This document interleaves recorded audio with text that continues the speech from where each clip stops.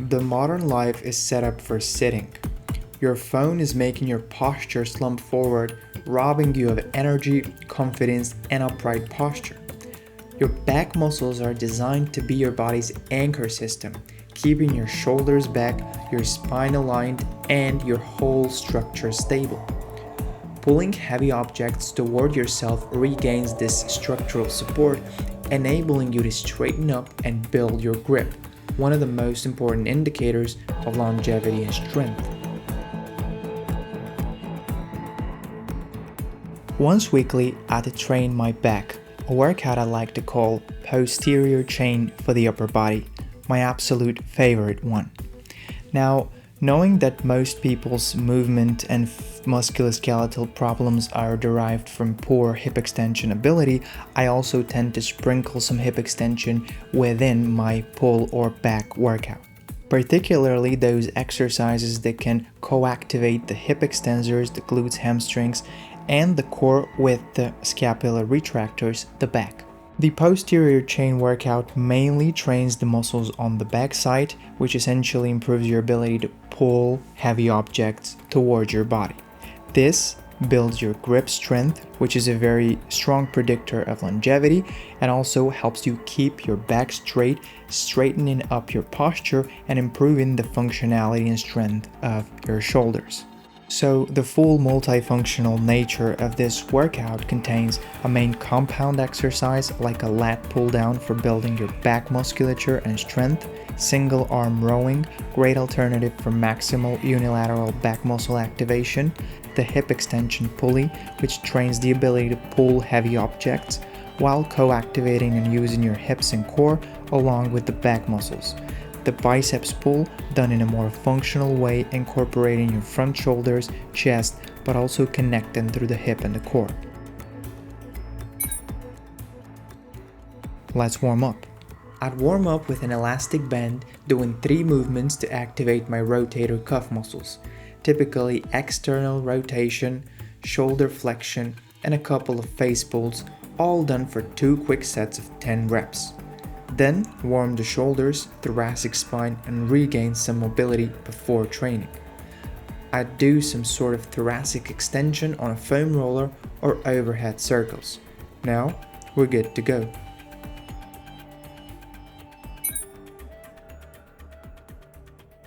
The first one is the lat pull-down with an underhand grip.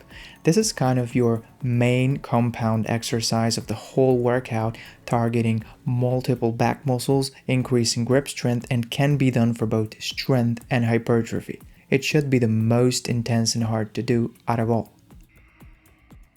including the rhomboids, latissimus, middle and lower trapezius, posterior deltoids, and the biceps. It is one of the highest return on investment exercises you can do for the back. My execution is such that I lengthen the muscles eccentrically on every rep. I try to pull the weight without overcompensating, but in actually engaging the whole stretched back muscles. My trunk travels a bit back slightly, and I'm pulling my scapula together, doing every effort to keep the shoulders down and not overcompensate with the neck. At the end, I try to squeeze it and hold it for 1 to 2 seconds, additionally activating my core and create the vacuum below the scapula in my mid-back portion.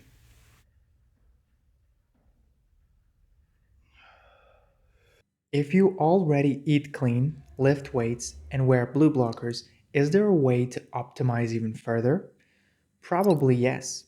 Answer our 33-question quiz and see how filled your battery is from 0 to 100.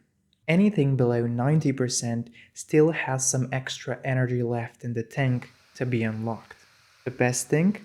The quiz gives you 4 high return on investment areas to improve further. We've packed the last 4 years of research on human health and performance optimization into a simple digital product. Recharge.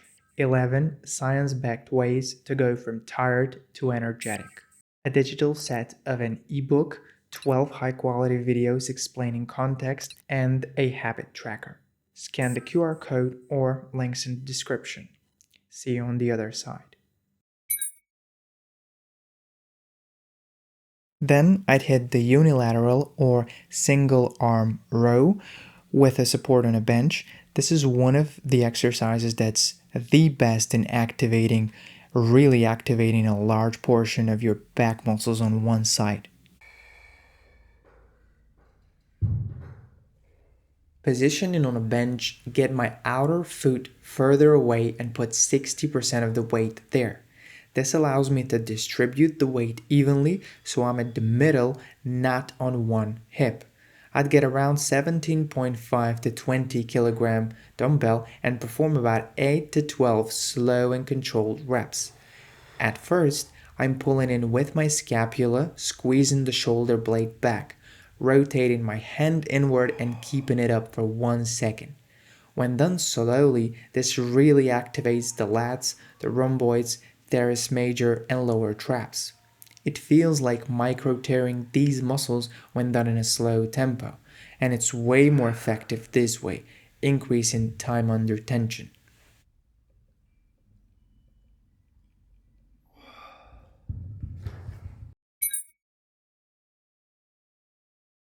The third one is a hip extension pulley.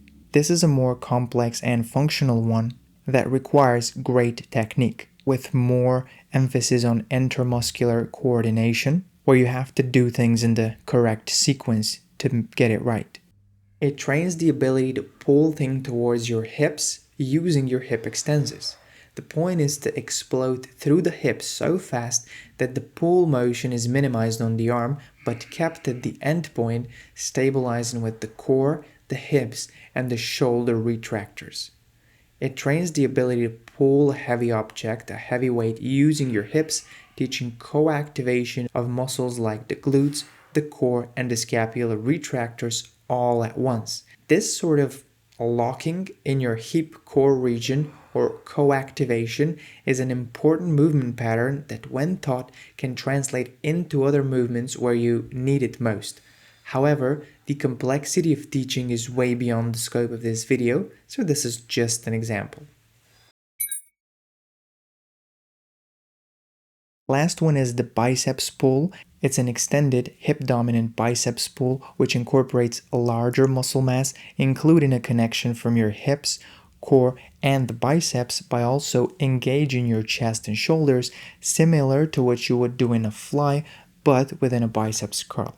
It's clinging to a more of a full body exercise rather than just a curl that pumps your biceps. Instead of the regular curls, this one gets closer to a chest fly, if you will, since the frontal part of the shoulder and chest are heavily activated and major contributors to moving the weight up.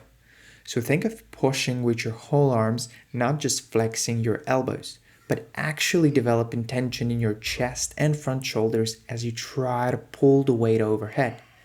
Additionally, the hip activates as well, helping to move the weight up and locking or activating your glutes, core, and erectors on the way up. This sort of reinstalls hip extension pattern, key for physical health for various reasons, while also training your biceps, front shoulders, and chest to lift a heavy load, distributing the force more effectively using your hip and core strength.